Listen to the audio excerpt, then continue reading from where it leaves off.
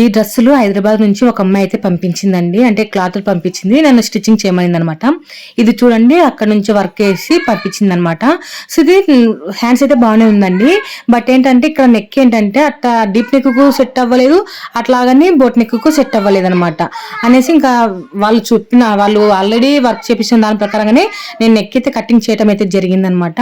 ఇది నేను deep neck అని చెప్పాను, అలాగే బోట్ నెక్ అని అయితే చెప్పట్లేదు. వాళ్ళ కొలతల ప్రకారంగా నేను స్టిచ్చింగ్ అయితే చేసేసాను. ఎందుకంటే ఫ్రంట్ నెక్ ప్రకారంగా నేను స్టిచ్చింగ్ అయితే చేసేసాను అనమాట. అంటే నెక్ షోల్డర్ కొంచెం మార్చేసాను. అది వాళ్ళు వేసుకున్న తర్వాత ఫీడ్బ్యాక్ ఎలా ఉందని చెప్పిన తర్వాత మీకు మళ్ళీ ఒక వీడియోలో ఎక్స్ప్లెయిన్ చేస్తానమాట. ఇప్పుడు వచ్చేసి లాంగ్ ఫ్రాక్ కూడా స్టిచ్చింగ్ అయితే చేసేసానండి.